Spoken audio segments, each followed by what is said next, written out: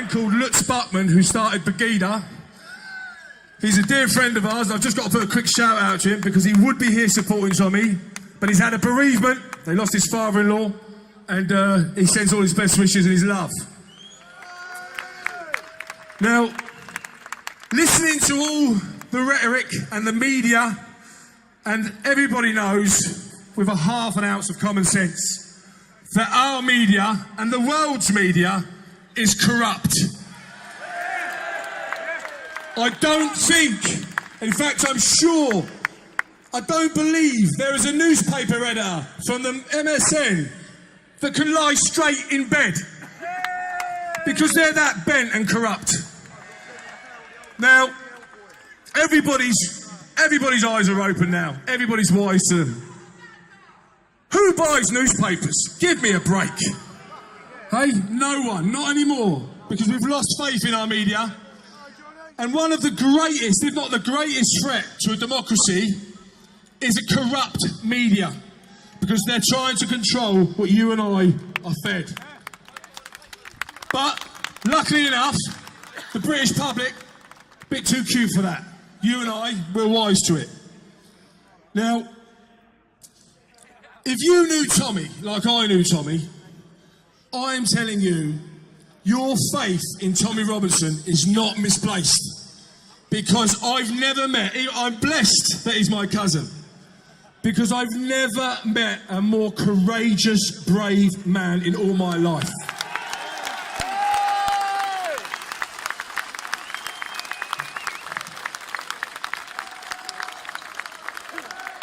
Hey, Tommy Robinson! No, that is the gospel truth. And he's the most humble and absolute humility he shows all the time. His feet are on the ground and he absolutely believes in what he's doing. He loves his country, he loves his people, he loves his family. This man has got the three most beautiful children, a loving wife, a loving family. He could be sitting at home, weekends, chilling, relaxing, going on holidays, enjoying himself, his family life, no stress. Social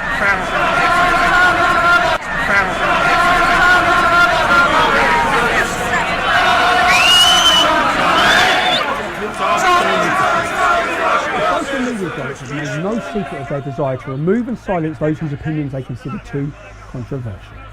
This is something I predicted weeks ago. I've seen it coming for a long time. This really is not a surprise. Our Home Office and our police commissioners, they brand my criticism of a violent and fascist ideology as extreme. Our Prime Minister talks about forcing social media platforms to comply with their heavily censored version of freedom of speech. While Sadiq Khan, he features in a video for LBC sneering at an ex-Muslim abuse victim for daring to broach the subject of crimes within the Muslim community. Saeeda Varsi, a Conservative baroness who sits in our House of Lords, uses me as a scapegoat for the backlash that she received after she was exposed on a documentary fixing shady meetings between the extremist-linked MEND and our school's regularity board. Our border force illegally detained Lauren Southern under the Counter-Terrorism Act for exposing homophobia within the Islamic community. And now, I've been suspended from Twitter for stating a fact for the second time in a month. Except this time, my tweet was considered dangerous enough to remove me from the platform altogether, permanently. I sent one tweet that dared to mention the irrefutable black and white call to violence and murder in more than 100 verses of the Quran. Muslims can interpret those verses in many different ways, some more liberally than others. But I didn't tweet that Muslims promote killing people. I said Islam, because it does. There is no 7-day ban, no suspension or state censorship that can change 1400 years of documented history. What we are seeing is blasphemy laws by the back door, and they are all complicit. Twitter, our police, our courts, our Prime Minister, our entire government and media. All of them raise one hand in support of freedom of speech, while they rip it out from underneath us with the other. You are being lied to. We all are. There is a concerted effort to suppress free speech in the UK. And Twitter, Facebook, our police, our government and our media, they're all in on it. This is an ecosystem. My tweet was not hateful conduct. But Twitter uses that excuse, knowing full well the media will run with it, spreading the lie and empowering our corrupt and pandering political establishment to demonise and criminalise criticism of Islam. I said that Islam promotes killing people, because it does. The ironic thing is that Hamas, Hezbollah and the Muslim Brotherhood, all of them are prescribed terrorist organisations. They all say the same thing on their Twitter accounts. Free speech is under attack. That is why I need your support now more than ever. So thank you to all the people who have supported me. All those people who have signed up at tommyrobinson.online and who joined me at Speaker's Corner. But I'm not done. After they suspended my account, after the lies the media have spread, I have one more favour to ask. I want you to join me at Speaker's Corner on Sunday the 6th of May. But this time I'm not staying there. I'm going to march through our capital city to Twitter's head office to make the message clear. You cannot take away our right to speak. So for anyone who cares about freedom of speech, will you join me on the 6th of May? Sign up at tommyrobinson.online.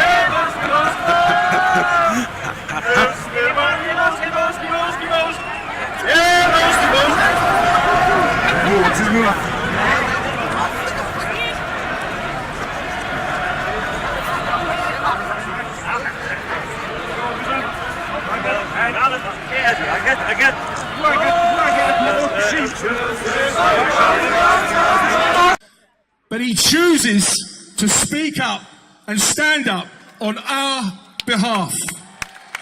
And for that, he is constantly persecuted. That's right, free Tommy Robinson. I hope you're listening, Miss May, and the rest of you 650 cowards in Westminster. I've said it before, I'm sure there's some sort of surgical procedure that our politicians have to have before they're allowed to enter Westminster. And I think it's having their spine removed and replaced with a jellyfish.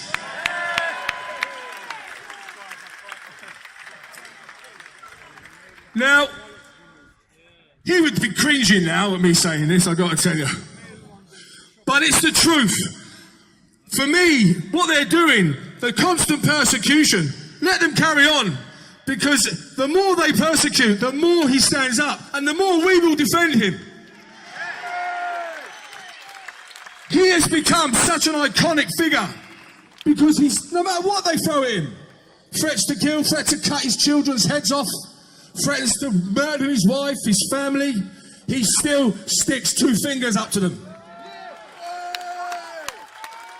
And not until you walk in that man's shoes would you understand the level of intimidation. That is incredible bravery. And he shrugs it off. Honest to God, he just shrugs it off. Now, like I say, he could be sitting back. It's almost like, I don't know what this government's trying to do, but for me, he's become like some sort of Robin Hood figure. Because the Sheriff of Nottingham and all her cronies in Westminster are constantly trying to persecute him and us for having a different opinion to them. Now, all the people against Tommy, they have no idea what he's like. And I can assure you, he is a loving father. His children absolutely dote on him and he dotes on them. And what I've said to him before, Tom, how do you feel about, what does it not get to you sometimes? He says, yeah, Kev, same as you. As people have said to him before, you've got 3 kids, you've got a wife, people are threatening to kill them. Why'd you do it? And he says every single time it's the same answer. I do it exactly because that's what they are doing. I keep doing it because I love my children. I love my children and I want to protect their future. If there is to be a fight, let it be now. I'll do the fighting. I don't want them fighting. And this is how his mind works. Back to the media and the fact that they keep constantly slandering about the far right. It's about as far right as Mrs. Doubtfire. What kind of far right lunatic gets involved with a children's cancer charity and has since sent many families with sick children on holidays to Florida, to Disneyland. I've watched that man transfer money over to these children when it fell short to send this family, and he didn't even think about it. He stumped out, bang. There you go. Didn't say a word. He'd be cringing now. I've just said that. But if being involved with a kids' cancer charity, how many far-right fascist Nazis do you know do that? Give me a break. There's none. Now, the Amelia May Foundation, which is the charity that we're involved in, we recently done a type of DIY SOS. A young 5-year-old girl with cancer, a little sister of 6, the mum and dad, they were homeless, they got put into a house, and you wouldn't let your dog sleep in this house. Well, I love dogs, I wouldn't let my dog sleep. But you would not let, it was like a squat. Now, the Amelia May Foundation, run by Angie Davis, a wonderful woman, John Murray, and Stuart Davis, Stuart Davis and Angie Davis were the parents of Amelia May. And when they lost their 2-year-old daughter, God bless her, it was absolutely tragic, they decided to start this foundation, along with their uncle, John Murray. And it has blossomed into a fantastic thing. And myself and Tommy have been heavily involved in it. And so has other people like Paula, God bless you. Lots of people involved, Robbie, Mark, lots of people. They know who they are. They give up their time. It took 5 days to do this house. Now, Tommy was supposed to be there, but he was bringing his son. So he's going to show his son the right way. This is a good thing to do, son. That's the kind of father he is. That's not the actions of a far-right fascist. Trying to show his son, this is what good people do, son. They sacrifice their time and help sick people, help people less fortunate than themselves. And that's all I've ever seen Tommy do. Now, just while I'm touching on that, there was in this house, we worked on it, and Tommy was sorely missed. And but we got this guy who was going to build this bespoke princess bed. Can I have my phone? Thank you, brother. Now we got this guy. Let me just find this guy for you. Now, what this guy did, I'm gonna call him out here in front of all of you, because this guy is just unbelievable. Now, he was supposed to make this bed for the little sick 5-year-old girl, and he took the money for it, the £600, and his name is Stevie Gilligan. He took the money and then reneged on the bed. So the charity were on the Saturday, we were pulling her hair out, running around like lunatics, thinking, where's the bed? The little 5-year-old, beautiful girl, just finished the course of her treatment, was coming home. We were at panic stations. I got hold of this guy on the phone, said, what's the deal? Bruv, help me out here. I've got a sick kid coming home, need the bed. Where is it? Oh, I'm away, he says. You're away. He says to me, can the girl not sleep on the floor until Thursday when I get back? I said, listen, mate, no. You need to get the bed here quick. So anyway, top and bottom of it, long and short, we ended up going out and buying another bed. Another £700-800. So then he says to us, I said to him, I want the money refunded into the charity, you scumbag. Now, I don't care about you, your sad story. We're not going to let you rob sick kids dying of cancer or terminally ill cancer or just got cancer, whatever. Now, he promised to have it in there, but it hasn't gone in there. And I said to you, if you don't put it in there, on Saturday, I'm going to make a specific point. I didn't want to do this because this isn't a nice thing to do, and it's not in me. And believe it or not, I haven't got any hate in me, not for anyone. So, but when you start robbing kids' cancers, then we find out he's been on Judge Rinder. I'm just making this point for Tommy, on Tommy's behalf, that this is what he does. He goes to kids' charities, he tells them he's going to make a bed, and then he robs them. Just takes the money. So, you, sir, are a scoundrel and a scumbag, and I'm calling you out here today. And one thing's for sure, you start robbing sick children, there'll be no redemption for you, my man. When you get to the pearly gates, you'll be getting a toe punt. I'm sure of it. Right, so back to Tommy. God bless him. Now, the constant persecution. I've rode shotgun with this man, if you like to say. For 15 years, we started this thing together, and we've stuck by each other. And I've never, ever felt so bonded to him. I know he's my cousin, but he's also my best friend. And I don't need my thumb for best friends. So he's absolutely loyal. He's been loyal to me, and I've been loyal to him. And it hasn't been asked for.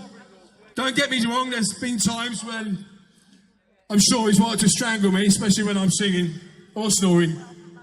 But there's been times when we cross each other and rub each other up the wrong way. But he is the most loyal, decent man I've ever met in my life. And I swear to you, hand on my heart, if he could see you today, a whole sea of his countrymen and women, just sisters and brothers from different mothers. That's how I see it. And that's how he'll see it. He would be truly humbled. And I know, when he watches this, I know Robinson, he will get emotional, trust me. So, touching on that, there we have it. He's a genuinely lovely man and incredibly brave. And I think, truth be known, I don't think there'll ever be a statue of Theresa May or Gordon Brown or Tony Blair. But I reckon one day, I hope, I've got my fingers crossed, I hope and pray that just up the road here, there's a big bronze statue somewhere near Churchill of Tommy Robinson, Stephen Lennon. What a wonderful human being, what an incredibly brave man. And he loves you all, I can assure you. I can assure you. Now, I just want to touch base. I won't bore you much longer. I've had to write this down because a couple of facts that have to be said about his court case and his arrest. Right, so have you read the spin that was put out in the papers? The judge stated that Tommy reading the names of the defendants was contempt of court and risked the trial collapsing.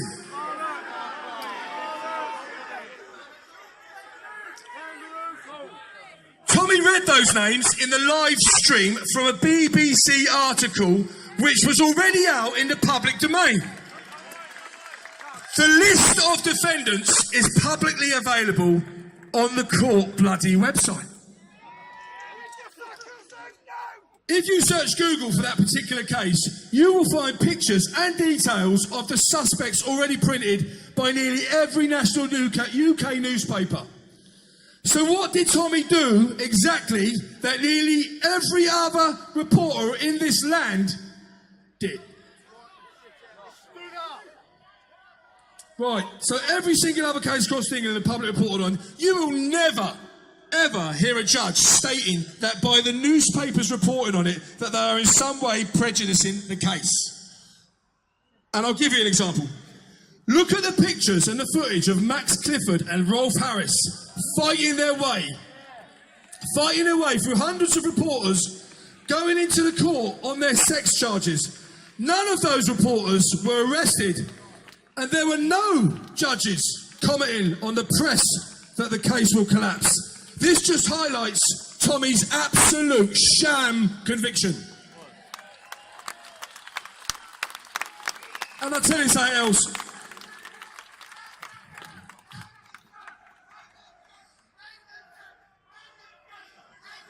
Harsh but fair. So don't be fooled by the corrupt ruling elite, and instead ask yourself, why are these gang rape cases are shrouded in secrecy when no other cases across the UK are? The answer is simple. The establishment do not want the public to know the full extent and horror going on across this country, facilitated by that very same establishment for decades, due to the fear of being called racist. Pathetic. Allowing children to be raped and pimped and drugged through fear of being called a racist. Tommy is exposing areas that the state would rather were swept under the carpet. And for that they are trying to have him silenced or preferably murdered in prison by Islamic gangs. Have you ever heard of another case where someone was arrested, tried, sentenced and transferred to a prison all within the space of 180 minutes? No, because it has never happened before. 3 hours. Arrested, cells, Crown Court, judge, tried, sentenced, prison 400 miles away from his home and his family. 13 months.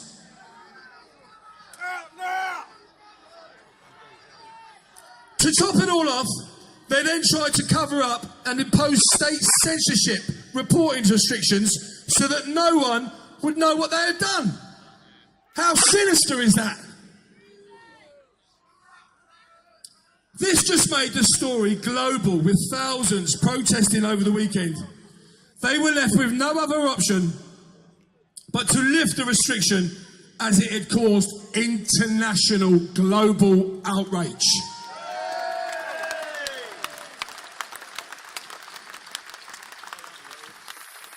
This entire thing is a state cover-up and the persecution of the man who is highlighting the uncomfortable truths that the establishment do not want spoken of.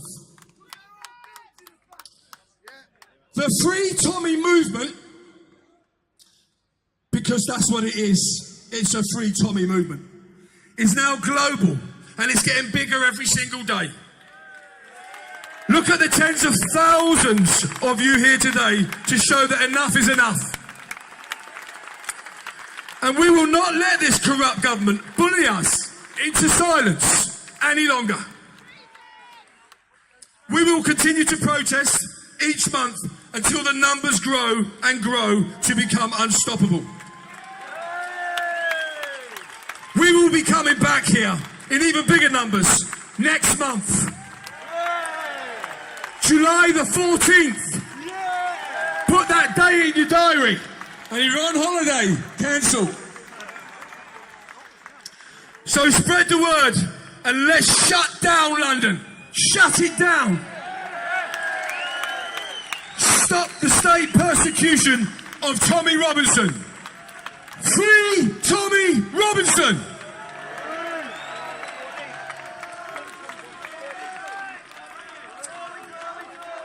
Thank you. On that note, I'm going to bow out. And I would just love to say on a personal note. No. Yeah, but he doesn't want to mention. So, I just want to put a few thank yous in, because I tell you what, on another note, I'm incredibly humbled and I'm privileged to be standing here. And, you know, I love you all. And that's 100% fact. You're wonderful, wonderful, wonderful human beings. And I think you're incredibly brave. Because just to come out here and stand where you're standing, that's courage. And I love you for it. And I know Tommy will love you for it. And he's sitting and languishing in a prison cell for speaking up and defending our freedom of speech, our civil liberties. And I know he'll love you for it. So God bless you. I just want to put a few thank yous out, because I've got to do it. The work that went into organising this today was phenomenal. I swear to God, unbelievable. The people involved, Danny Tomo, absolute legend. He took it upon himself, and before we even got into gear, he had 3/4 of this demonstration organised already. I felt like I was hijacked in my sleep. It was unbelievable. Unbelievable, Danny. God bless you. He's an absolute legend. Unbelievable.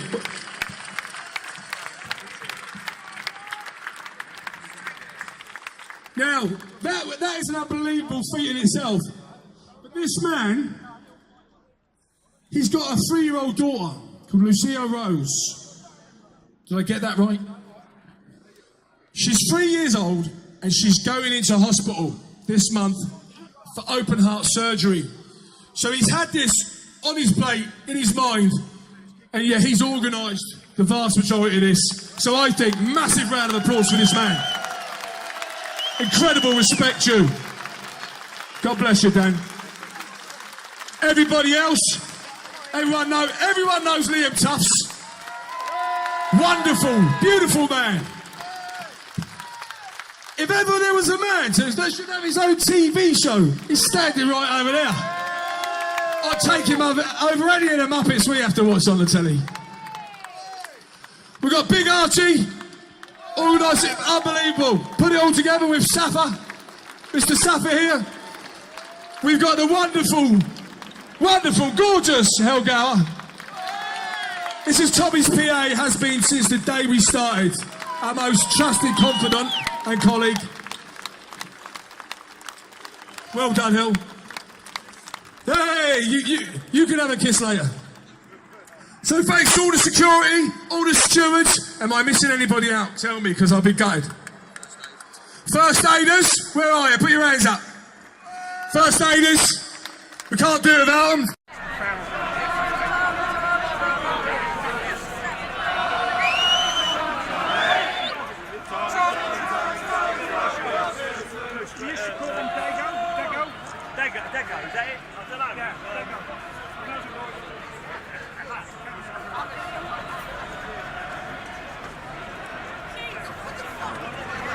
How long does this go on for?